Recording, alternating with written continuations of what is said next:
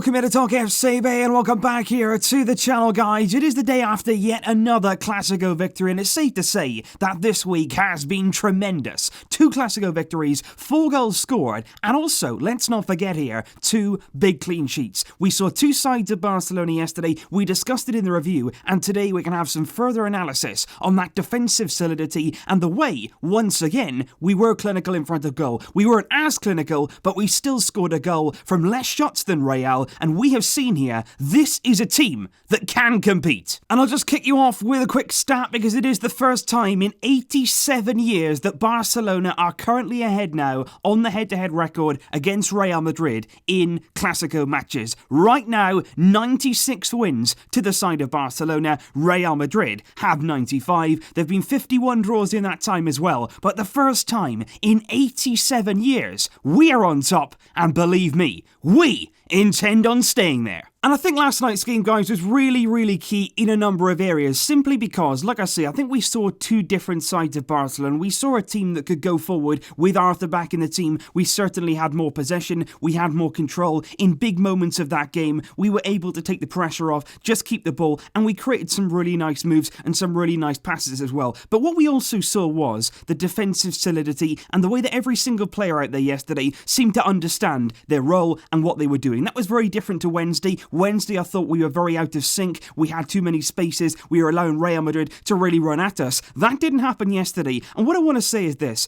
Obviously, it's all our dream to dominate a football match, and you want to dominate the game for 90 minutes. But realistically, that's never going to happen. It's very rare and almost impossible to completely dominate a game from start to finish, because there are going to be times, especially against the better sides, in big Champions League games, where the opponents, they're going to have their moments. They're going to have their time on the ball, where they use it, they try and really put the pressure on you, and you have to have the ability then to deal with that, because some teams, we could dominate the game for 80 minutes, but that 10-minute period then where the opposition has their moment, where they do come onto you, when they put pressure on that defence, when they really do cut through you, you have to be able to deal with that. Yesterday, we showed we could. That for me is absolutely massive, because in big Champions League games, we may have the lead, we may score goals, but at the same time, there are going to be moments where we've got to absorb the pressure, where we have to hold firm, where we have to be strong as a unit, as a team, and yesterday, we certainly passed that test. And like I said at the start, along with that defending, we once again showed that in the final third, we could be a clinical team. Quite often, we need far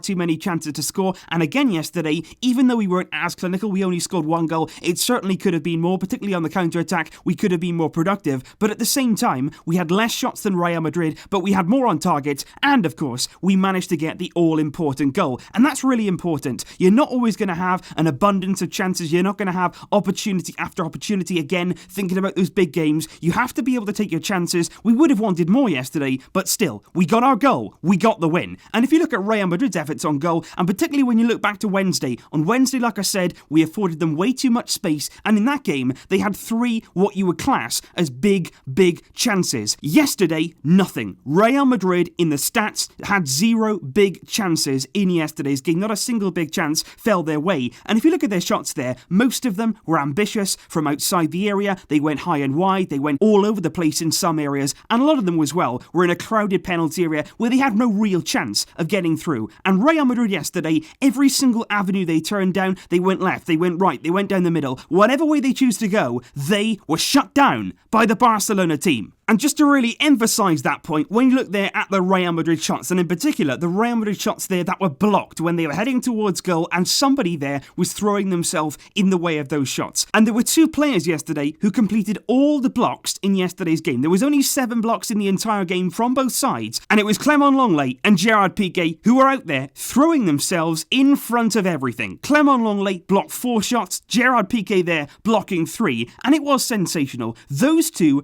as a partnership now, I feel like it's been growing. For quite some time, we've been seeing an understanding. Obviously, at the start of the season, Lenglet, a new sign, like I said yesterday, he wouldn't have expected to play as much as he had, particularly in these kind of games, but he's risen to that. Every single game, he's growing in character, he's growing in confidence, alongside Gerard Piqué, who has been magnificent, really. Piqué the last month has switched his head on, and he has been sensational. When he's motivated, when he wants to go out there and lead this team, be proud of what he can do, he led us through yesterday's game game through every single angle, and he was brilliant. That is what Piqué can do, and that is why he, for me, on form, when he's at his best centre-back, without question. And if you look at Gerard Piqué yesterday individually, in terms of his interceptions, he was brilliant in terms of getting there first, wanting the ball, having that urgency to get there before the attacker, and nicking it away and intercepting those balls. Of course, his anticipation, his knowledge at this stage of his career, all the experience that he has, he's so good in those areas. The same with ball recoveries, making sure that we're recovering that ball, moving it on. Of course, he's a fantastic ball-playing centre-back as well, but it wasn't just about that yesterday. Defensively, he really stood firm. He had 100% of his clearances successful, clearing away from the danger, not only in terms of normal clearances, but also headed clearances as well. He was dominant in the air. That's what you need against this Real side, because they do get a lot of crosses into those areas, and the same could go for Lenglet. He was absolutely brilliant in that department as well. He had 100% tackle success there.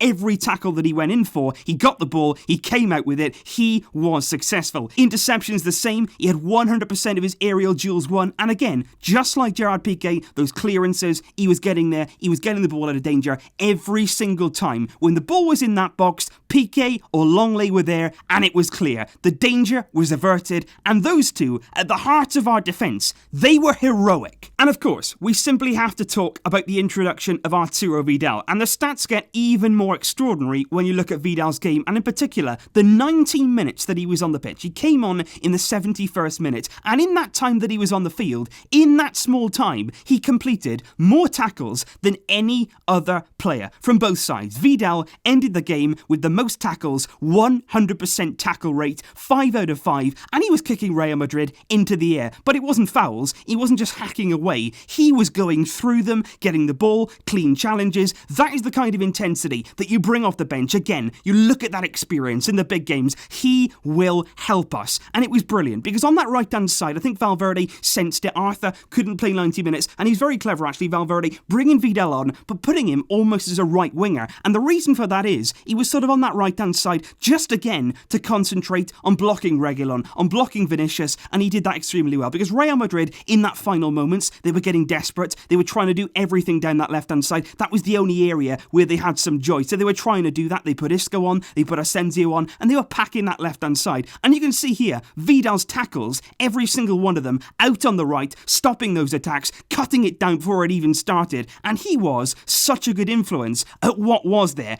a vital stage in that game. And if we just have a look here at the player influence from Real Madrid and also from Barcelona, if we just compare and contrast here what we're seeing between the two sides, and you can see there from Real Madrid, obviously down the left-hand side, Reguilón, one of their most important players. He does seem like a fantastic left-back, all credit to him there, very heavily involved. The centre-backs there, not really a great influence for Real. The midfield certainly had an impact. Benzema wasn't really involved, and Vinicius actually there wasn't as involved certainly as he was on Wednesday. But look there, Gareth Bale hardly involved. Carvajal was, but he couldn't really advance into the key areas there. But if you just look at Barcelona, that's what I want to highlight here. Every single one of those players there is large, is bold. Every single one of those players there on that field had an influence. They had an impact. They had a bearing really on which way this game went. And that's what you want to see. That there is a team. It's not a team of individuals. It's not a team of players who can take the game on their own. That there was a unit that worked hard for the victory, that worked together, that understood everything that needed to happen to win this game. And if you just look at Arturo Vidal there once again, he came on for 90 minutes and still he had more of an influence. He's got a bigger impact there on the game than Gareth Bale, who, like I say, whistled off there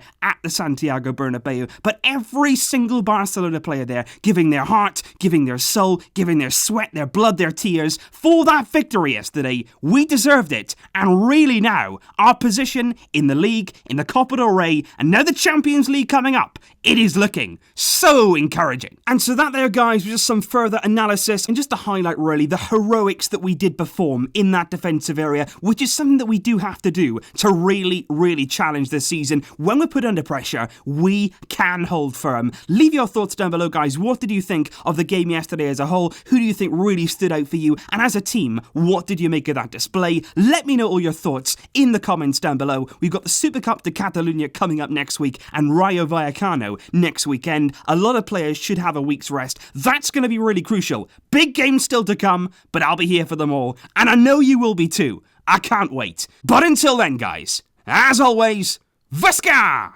el Barça!